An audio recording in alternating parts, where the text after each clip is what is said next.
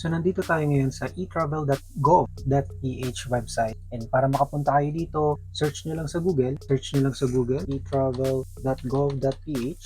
And pag in-enter nyo yan, makita nyo tong eTravel link. Make sure na yung tamang link ang pupuntahan ninyo. So pag kinlik nyo na yun, mapupunta kayo dito sa main page ng eTravel. Sa mga hindi pa nakagawa ng account, yan, click sign in. Click here to sign in. Pag click nyo yan, ay bibigyan kayo ng option para mag-create ng account. So pag kinlik nyo yung create an account, lalagay nyo lang yung email address nyo dito and makakapag-create na kayo ng. And yung para naman dun sa mga may account na, ayan, login tayo since nakapag-create na tayo na account before. So magla-login tayo ngayon. Click lang natin yung login after natin may enter yung email address and yung ating password. Doon sa mga hindi makapag-login, make sure na tama yung password niyo or click niyo yung forget password para i-email sa inyo yung link para makapag-login kayo dito sa eTravel. Kung kailangan ninyong mag-reset ng password ay i-email yan sa inyo sa eTravel. And doon naman sa mga nagtatanong kung after nilang mag-create ng account, hinahanapan sila ng PIN number or yung MPIN.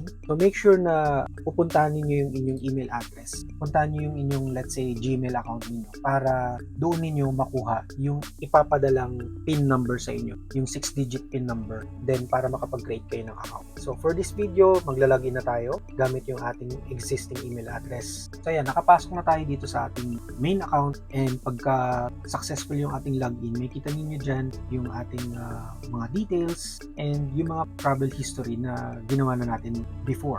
Okay, so nakalagay dyan, pwede kayong mag-generate uli ng QR code kung nakapag login na kayo before at nakapag-create na kayo ng travel information niyo and kailangan nyo lang mag-generate uli ng QR code for that travel hanggat hindi pa nangyayari yung travel date. Kumbaga hindi pa kayo nakakaalis or nakakapunta sa Philippines. Pwede kayong dito mag-generate uli ng QR code or pwede nyo rin niyang i-edit via view manage. So for this video, papakita natin kung paano mag-add ng family member. So sa main page, may kita ninyo dito na mayroong button for add family member. So assuming na nagawa nyo na yung inyong registration for yourself, so ang gagawin nyo lang first is yung new travel declaration. And after that, kung kailangan nyo mag-add ng family member, babalik kayo dito sa main page at i-click nyo yung add family member. Doon sa mga hindi pa nakapag-create ng sarili nilang registration, panoorin nyo yung aking previous video about sa eTravel para doon sa mga first time mag-register. So for this video, gagawa tayo ng registration para sa ating family member na makakasama natin sa pagbiyahe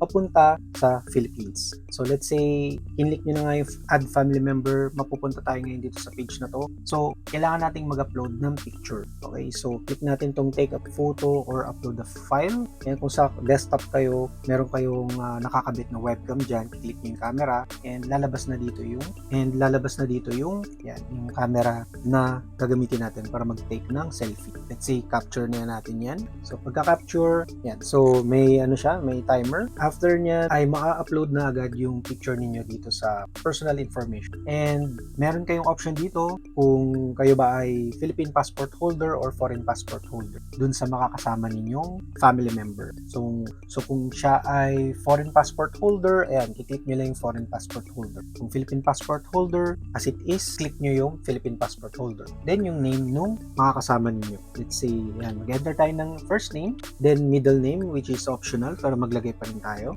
and last name. Yan. So yung mga details na yan, ang kailangan kung ano yung mga details na ilalagay niyo dito, kailangan same din yan sa kung ano yung nakalagay na details sa inyong passport. So first name, middle name, last name, suffix, then sex, and then yung birthday. So para ito doon sa family member na makakasama ninyo sa pagbiyahe ninyo papuntang Pilipinas. So after that, na ma-enter natin yung birthday and yung phone number naman. Let's say phone number natin dito sa Japan and yung citizenship Filipino, then country of birth Philippines, and yung passport number. So kung ano yung nandun sa passport ninyo o ng inyong family member ay i-type nyo dyan. Then passport issuing authority Philippines, yung passport issued date kung kailan ito in-issue, and yung occupation ng makakasama ninyo. Let's say student siya, let's say minor siya, then click next. So may iba pang mga options dyan. So piliin nyo lang yung tamang option para dun sa family member na mga kasama ninyo. So meron ditong agriculture, airline, businessman, clerical sales, diplomat, domestic helper, entertainer, housewife, military, professional, retired, seaman, student, unemployed, tsaka worker. So let's say student minor siya, then click next. Then dun sa next page is yung permanent country of residence. So yung mga kasama ninyo, let's say ang kanyang permanent resident Philippines, so lalagay naman natin yung state or province niya, say Metro Manila. Ayan. Lalabas na dyan kapag nag-type kayo, magpa-populate na dyan yung state or province, depende dun sa tinype ninyo. So city, let's say Quezon City, lalabas na dyan yung option. Then barangay, ayan. House number, for the sake of this video, pwede din yung i-enter yung previous address na in-enter nung owner or yung main account. Kung sino man yung nag-register ng main account na to dun sa magre-register, since ang gagawin niya is i-register niya yung kanyang family member, click nyo lang tong copy account owner address. So maglo-load na dyan yung kung sino man yung main account holder na ginagamit yung pang-register doon sa family member. Yan, para hindi na kayo mag-type, since initially naman ang ninyo kung sino yung may-ari ng email address doon sa e-travel registration na ginamit ninyo. Then click next. The next is yung relationship ninyo dito sa family member. So dito nakalagay kung sino lang yung mga family considered na family member. Let's say mother, father, daughter, son, sister, brother, husband, wife, cousin, uncle, nephew, grandfather, grandmother, grandchild. Ayan na. Halos lahat kompleto na ang family. So paano mga in-laws? So, paano yung mga relatives na wala dito? Ibig sabihin, pag wala dito, ay kailangan nilang gumawa ng sarili nilang e-travel account. Okay? So, let's say yung ating mga kasama dito ay son. Then, click next. So, dito sa next page is yung personal information ng mga details ng family member na in-add natin. So, review nyo yung mabuti. Kung tama lahat yan, ay click nyo submit. So, pagka-click submit, ayan, may kita nyo na babalik kayo dito sa main page. May kita ninyo sa main page itong naka-add na dito yung family member na in-add natin. And pwede ninyong yang i-edit pa. So, merong pencil button dito. Click nyo yan. At pagka kinlik nyo yung edit button, babalik kayo ngayon dito sa first page nung information or personal information nung in-add ninyong family member. Kung meron mang mga changes, ay pwede nyo pang i-edit yun. So, kung wala naman, ayan, cancel natin. So, ito na yung balik tayo dito sa page na to. So, i-cancel natin. After natin i-cancel, ay mababalik tayo ngayon dito sa main page ng e-travel. Ngayon na-add na natin tong ating family member, pwede na tayong mag-create ng travel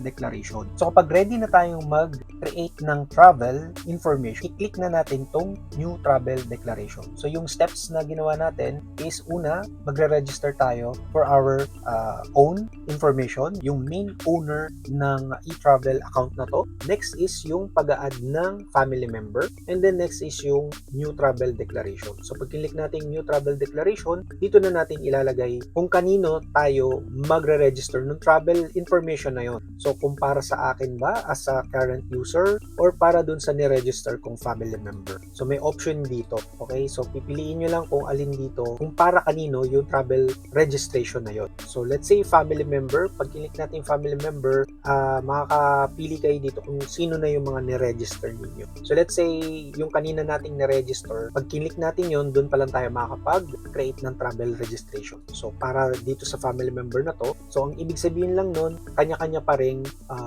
registration for travel information, kung ano yung magiging travel route ninyo. Okay? So may travel registration para dun sa current user at hiwalay na travel registration para dun sa family member. Pero same account yung gagamitin ninyo. Okay? So dito nakalagay, same din sa process nung nag-register for dun sa main holder ng account na to. Same process din yan. Papipiliin kayo kung sasakay ba kayo by air or sasakay kayo by sea. Then, pabalik ba kayo ng Pilipinas or paalis kayo ng Pilipinas. And kung pabalik kayo ng Pilipinas yan, click nyo yung arrival entering the Philippines. Then, continue. After nyo maklik continue, mapupunta na kayo dito sa personal information. Since na-enter nyo na to previously, click next nyo na lang. So, nakalagay naman na lahat ng information ng family member dito sa page na to. So, i-click next nyo lang yan. So, dito na tayo magpo-proceed sa travel details, Philippine arrival via air. So, ano yung purpose ng travel nung inyong family member, pipiliin nyo yan dito. So, ang mga options dito ay OFW.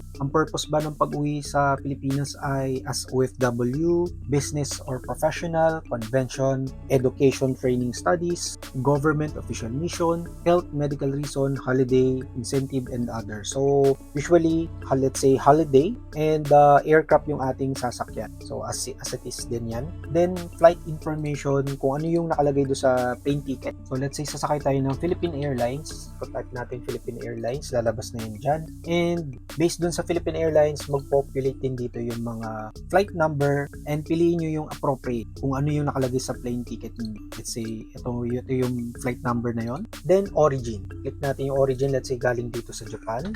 And, ayan, yung airport to saan nang galing. Let's say, Chuba. Date of departure, dyan, papipiliin kayo, nakalagay dyan, within 72 hours, okay? So, makikita nyo dyan, makakapag-register lang kayo ng travel information or travel declaration 72 hours prior your flight, okay? So, dito, meron kayong 1, 2, 3, 4, 5. Actually, hindi siya 72 hours kung titignan mo, no? Kung bibilangan mo yung araw dito. 72 hours is 3 days, tama, di ba?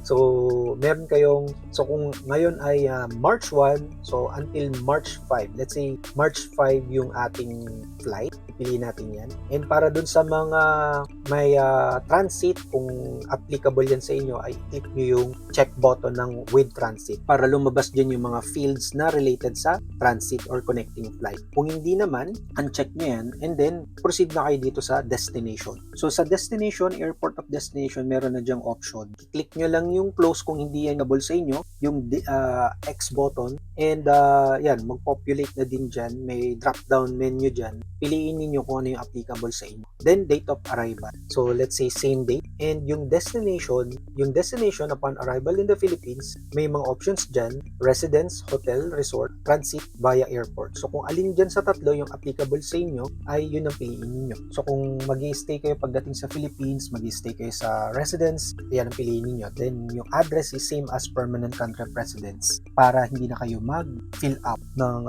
additional information kung yun talaga yung applicable, okay? Then, click next. Kung hindi naman pala applicable sa inyo residence, kung mag-stay lang kayo sa hotel, piliin nyo yung hotel. Tapos, enter nyo dyan yung name ng hotel na kung saan kayo mag-stay. Tapos, mag-populate na dyan yung dito pala. Yan, search. Tapos, hotel.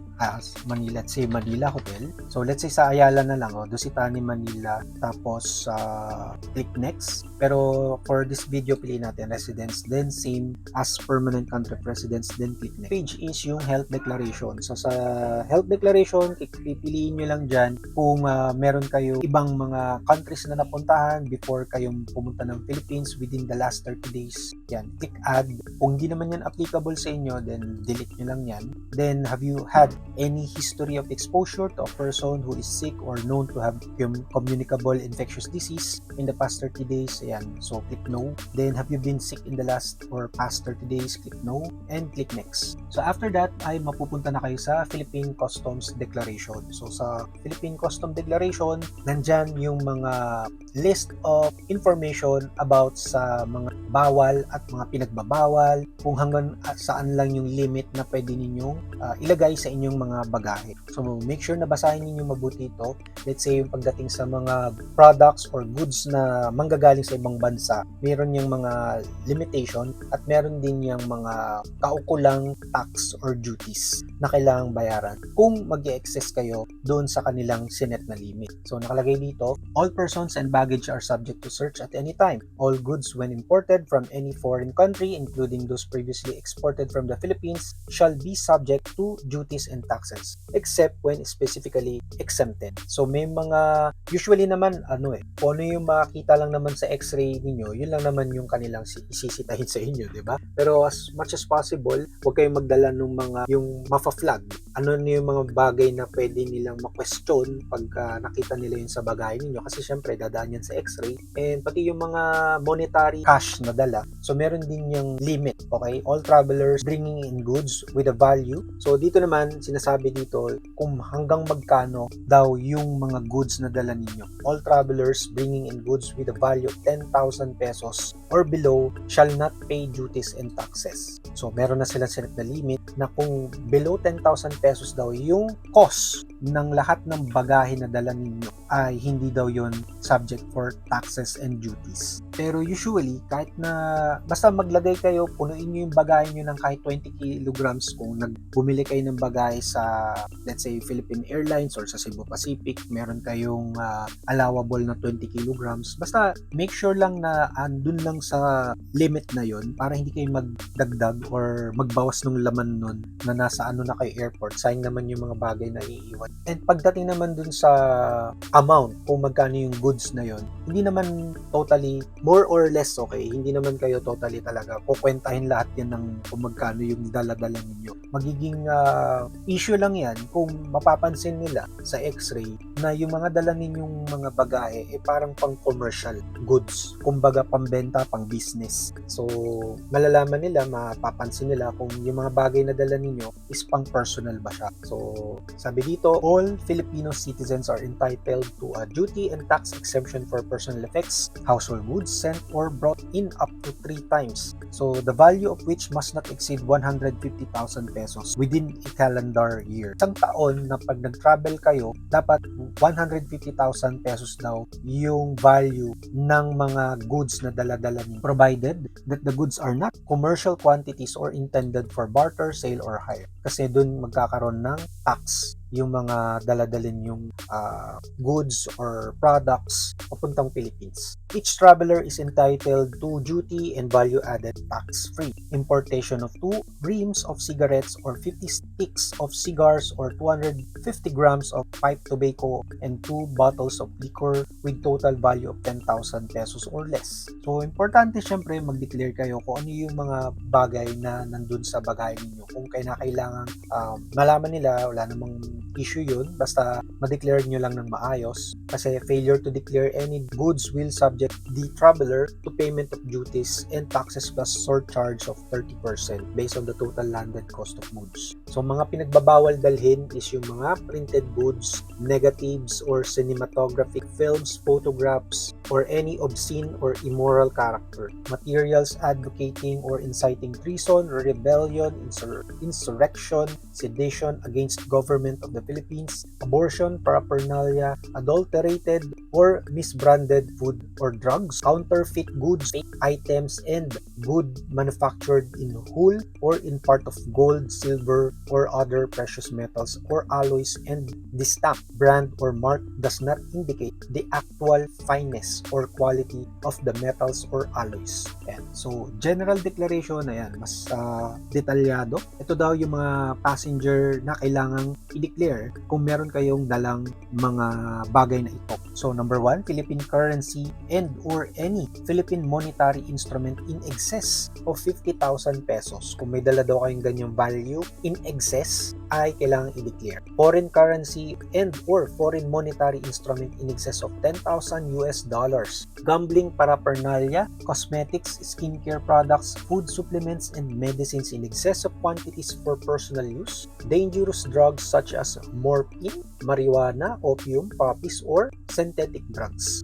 Firearms, ammunitions, and explosives. Alcohol and or tobacco products in commercial quantities. Foodstuff, fruits, vegetables, live animals, or meat, eggs, and others. Marine and aquatic products, plants and or products and their byproducts. Mobile phones, handheld radios. Actually, itong mga bagay na to, not necessarily kailangan nyo pag i-declare ito, pero baka ma-flag lang kayo kung let's say, halimbawa, marami kayong dalang mobile phones. Kung pang personal use, sarili nyo namang phones yun, hindi nyo naman na kailangang i-declare yan. Handheld radios and similar gadgets in excess of quantities for personal use and radio communication equipments. Remains or human ashes, human organs or tissues, jewelry, gold, precious metals or gems. Hindi nyo kailangan i-declare yan kung suot-suot nyo naman. Other goods not mentioned above. Okay din naman guys na mag-declare kayo kasi let's say lang naman, di ba, mawala yung bagahe. So, may pananagutan dyan syempre. Yung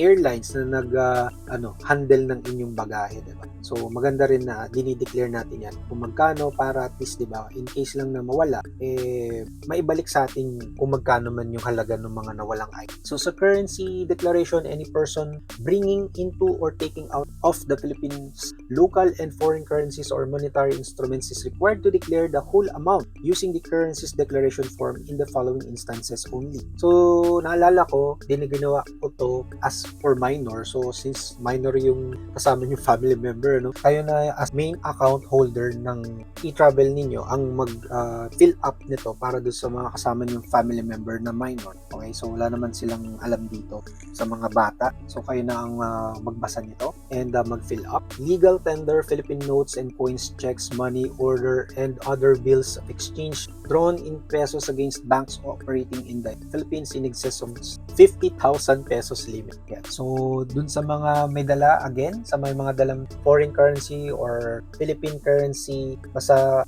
in excess dun sa 50,000 pesos or $10,000, kailangan i-declare yan. So ayan, basahin nyo yung mga sumusunod dyan na mga details pa, and meron again warning na mga ano yung mga binanggit natin kanina, nakalagay dyan kung saan law, kung saan batas naka-indicate yung mga yan. So wag nating labagin daw yan kasi making any false or misleading statements to a custom officer, magkaroon tayo ng penalties and criminal prosecution of the traveler. Or by continuing, you confirm that you have read and understood the information above. So click yes natin yan.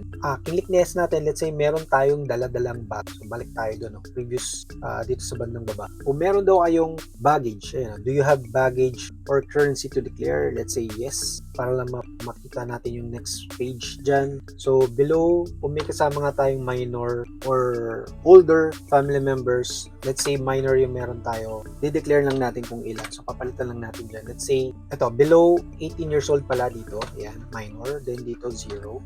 And then number of baggage, let's say 1 piece, and hand carry ay isa lang din. Then first time visiting the Philippines, no, then click next. So ito na yung mga items na i-declare natin. So kung wala naman tayo dito, i-click lang natin no. So total amount of goods purchased and or acquired abroad in Philippine pesos or in dollars. Since nag-declare tayo, kailangan nating maglagay ng amount dyan. Let's say in US dollar, yung amount na yun, kung ano man yung i-declare natin is nagkakalaga kunwari ng $500.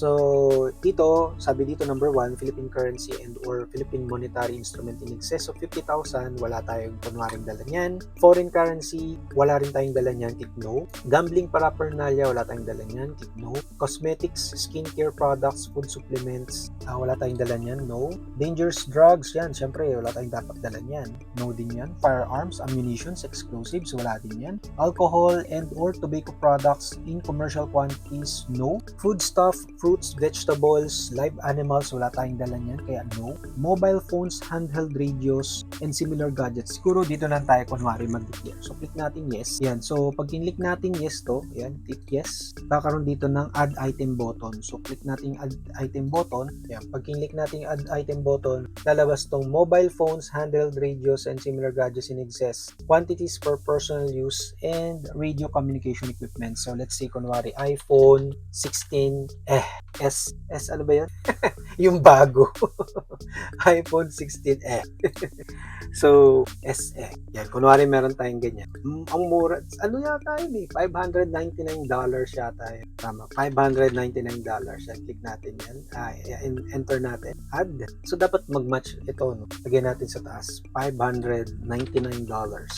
Drag natin pababa. Scroll down. Then, number 10 remains human ashes. Human ashes, no. Wala tayong dala niyan. Jewelry, gold, precious metals, no. Wala tayong dala niyan. And other goods not mentioned above. Click no natin yan, then click next. So, kailangan isa dito meron tayong ma-enter kasi kung wala, hindi tayo makakapag-proceed sa next button or next page. Hindi natin makiklik yan. So, click next. Kailangan niyang mag-sign ng signature dito kung sino man yung family member ninyo. Okay, kailangan niya mag-sign dito. And kung kinakailangan din mag-add ng file dito, pwede niyong i-attach niyo yan dito sa button na ito. Then kung okay na, click next. So sa next or final page is yung personal information summary. Ayan, basahin nyo mabuti kung may mga mali kayong na-enter. Basahin nyo mabuti yung information ng inyong family member kung tama yung mga details na nakalagay dito. And scroll down below kung tapos na para makapag-generate na tayo ng submit. Makapag-submit na tayo at makapag-generate na tayo ng